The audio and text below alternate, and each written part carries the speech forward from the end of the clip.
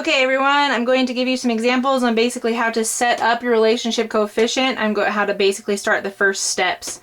Here is a pedigree right here. It actually has some similar animals that you're seeing in the homework that I'm assigning. But anyways, I just kind of want to give this opportunity to walk through those first steps of figuring out how to set up the problem, and then also the ancestors and like those pathways, the kind of challenging thing that we see with that. So if we're looking here, calculate the relationship coefficient between the quarter horse stallion Shorty Andes and his sire Barney McHugh. So Shorty Andes and Barney McHugh. So first things first, set up your formulas. Okay, so our formulas, if we're looking at the relationship coefficient between S and F, we know we need to find the covariance between S and F. And then we also have to plug in these inbreeding coefficients. So in the lecture, I talked quite a bit about it, but we know that the covariance of S and F is going to be found by figuring out how they're related by common or direct ancestry. Okay? And then we know that these inbreeding coefficients are found by figuring out the covariance, the relationship between these animals' parents. So what I always do over here is then I actually write f of s. What does that equal to? F of f. What does that equal to? So we know that f of s, f of f, this is basically saying what are those two animals' inbreeding coefficients. In order to figure out their inbreeding coefficients, every single time we take half of the covariance of this animal's parents, okay? For each one. So if we're finding the inbreeding coefficient for S, it's half the covariance of S's parents. So we look at the pedigree. Who are his parents? F is the sire. We know that because that's a solid line. And K is the dam. And we know that because that's a dotted line. Okay, so to figure out the inbreeding coefficient of S, it's half the covariance of S's parents, which are F and K. To figure out the inbreeding coefficient for F, it's half the covariance of F's parents. And if we look on here, we see that Jack and Bird McHugh are the parents. So it'd be half the covariance of J and K. So that's the first thing we do when we're setting up this problem. Okay, after that, the first thing we do is then we find the covariance of S and F. And in order to find the covariance of S and F, we have to figure out how they're related, so by direct or common ancestry. So that's the first step, is to understand that we are looking for ancestry. Okay, so what are their common or direct ancestors that they share? Okay, first thing we know that F is the sire to S. So in this case, even though we're talking about the covariance between S and F, we have to realize that a common ancestor they share is F, okay? And that would be direct ancestry, right? Because F is the sire to S. After that, we look and we see, okay, what other ancestors do they both share? So in this case, we know that K, Bird McHugh, is actually the dam to both Barney and Shorty Andes. So that's another ancestor they share. Then we look and we say, okay, Jack McHugh is the sire to Barney McHugh, who is also the sire to Bird McHugh, who's the dam to Shorty. So that's another one that we share. And then lastly, also goes back to Peter McHugh. That's another common ancestor. So if it helps, you can actually list out these ancestors before you start figuring out their pathways and how they're related. And so that's kind of what I'm showing you guys what to do here. So after that, when we're calculating the relationship covariance, sorry, I zoomed out a little bit, but hopefully that helps. We're going to set up our chart, okay? So our chart here is basically seeing how they're related. So this first column is A for ancestor. The second is 1 plus F of A, which is the inbreeding coefficient of the ancestor. For this specific example, I'm not gonna really get into that, okay? We're mainly just gonna talk about pathways at this moment, and basically how they share their ancestry. So we know we have other columns over here, but I'm just we're not going to really worry about them. Focusing on the pathways right now. So when it comes to this, the thing I like to do over here is, okay, so I'm talking about the covariance of S and F right now. okay? How are they share the relationship? I put this off to the side so I know basically what I'm working with at this point in time.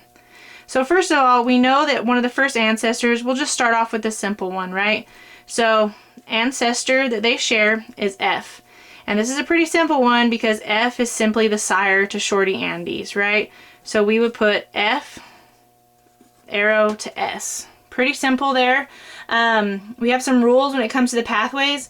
When it comes to direct ancestry, we know that the arrows are just going to go one way because it's going directly back to one of the animals. So the arrows just go one direction.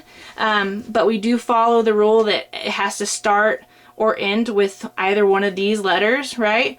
And also we cannot repeat letters. So we followed our rules in that. So we look and make sure, okay, are there any pathways that F starts with S? No, there's no more pathways there. Basically, because it's just direct, it's pretty simple. So the next ancestor we talk about is K. So I put K as the ancestor here. So following our rules, we know that the pathway has to start or end with one of these letters or vice versa, right? And then when we're dealing with an ancestor that is not one of these animals, that the arrows actually have to change directions around this ancestor listed here, and that letters cannot be repeated. So if we're starting out, let's say I start with an S, okay, we're following the rule. S goes back to Bird McHugh, which is K. Following that rule is whatever ancestor is here, we have to change directions of the arrows. So then that goes to F.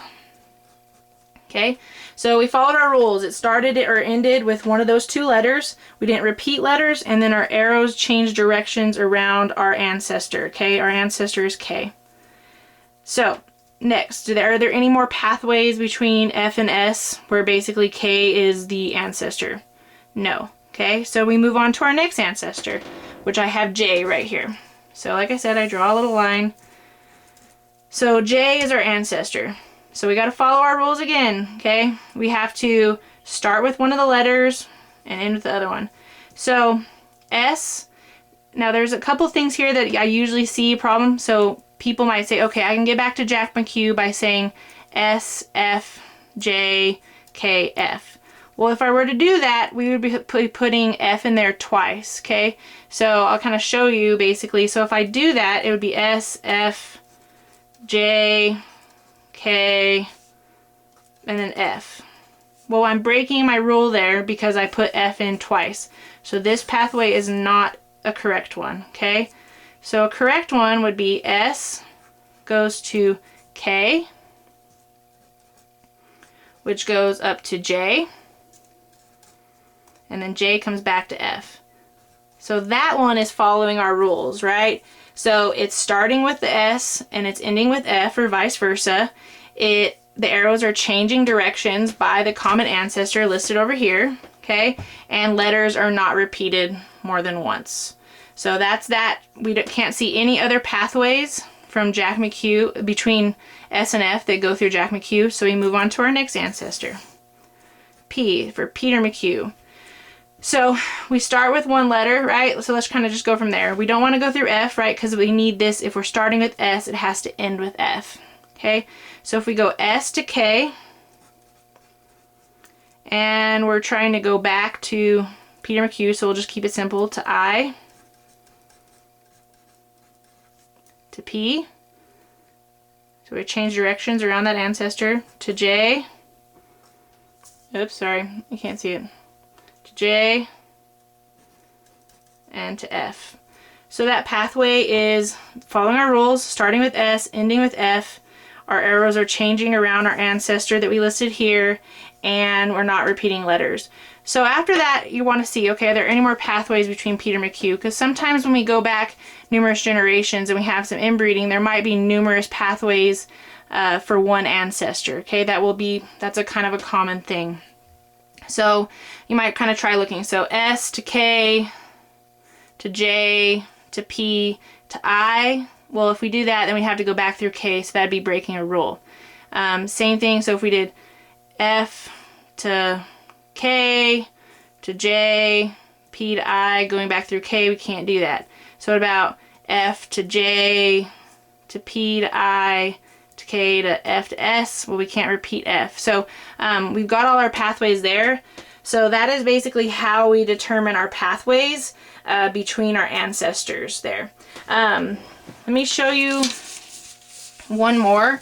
So those are the first steps. I'm going to change the homework and basically show you that so you guys can do those first couple steps, and then we're going to kind of try to build on it. So here's another pedigree. I kind of circled the ancestors here. This one's a complicated one, okay? So the homework question asks, so what's the relationship between S and L? So those are direct ancestors, right? So L would be an ancestor because they're related by a couple different ways. A would be one because it goes S, D, T, A, U, L. X is one, S, D, T, A, X, B, L. And then B is also one because we could go S, D, well, we can't do that, just kidding. We go S, Y, N, B, L. So these are different kind of examples of how I determine basically common ancestors. So here's another pedigree. So if we're talking about, and you might recognize these names, Shorty Andes. So we're talking about Shorty Andes and, well, even this lady, right, Wonder Lady Annette, okay? I'll darken this. So what are some common ancestors? Well, we know that both of them are out of Barney McHugh. See that solid line? That means that they're sire. So A would be a common ancestor between the two. After that, we can see that Bird McHugh over here, Wonder Lady is out of Bird McHugh, and so is Shorty Andes. So that's another common ancestor. And we could see that basically our pathways would change directions when going to them, okay? Jack McHugh, we can see there's a straight line back, and then it would change directions. We can actually go back. So that's another common ancestor. Peter McHugh is the same thing. So these two animals share a whole bunch of common ancestors. From here, Nancy, the only thing we have for Nancy on here is that she's the dam of Bird McHugh. So they're actually, they might be connected from Bird McHugh to there, but they actually, their relationship doesn't fork back to each other. So she's not one, and the same with Sorrel Top. So these are all examples of how we figure out common ancestry. And I know that it's a little confusing. If it's ever one of those things that you're not sure, follow the rules. So what I mean by I say that is, like, say you are not sure, like, okay, so if we're doing the relationship between H and W, so the covariance between H and W, and I think, okay, so is Nancy a common ancestor? Well, let's see. Let's see if I can follow my rules and my pathways. So my path rules, right? We know that it has to start with the H and end with H, right? End with W, sorry, or vice versa. We know that you can't double letters. We only want to see one letter in there once. We know that arrows change directions around the ancestor. And so we list that common ancestor, that one in that first column. And so if the arrows don't change directions around that ancestor, then that's an issue too. And then we know that if it's direct ancestry, we follow this rule and this rule, and basically, like, it's arrows are in one direction.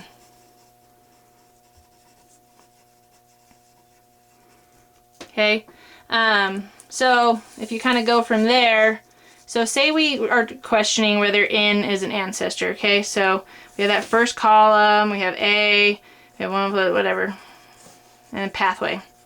So we know that it has to start with H, end with W, or vice versa. So if we start with H, and we're trying to go back to Nancy, okay? So let's see if we can go back to Nancy by following all our rules. So H, let's see if we can go to A. We go back to, can't go there because that doesn't really go to Nancy. We go back to B. We go back to N. And now the arrows change direction around the ancestor. Well, the only way back is through Bird again, and then we're breaking one of our rules, right? We're breaking the double letter rules. Because if we do that, here's B twice. We could get back to W there. but we broke a rule. So is there any other way? So what if we tried H to B to N? She's our ancestor, so we got to change directions. Well, we'd be going back to B again and W. So then we break that rule again because we have double letters again. So that's just kind of a way to, if you can't see it directly, if you need to write them out and see, okay, do I follow all the rules for my pathways? We just have to remember that it's kind of like if we were looking at a pedigree itself and not an arrow diagram. We're looking at both sides and kind of seeing like, okay, do they have these listed the same? But we're just looking at it from a little different perspective. I hope that helps some. I'm going to change the homework up a little bit to reflect kind of these steps so we can kind of basically ease in to what we're doing. But please let me know if you have any questions. Thank you guys.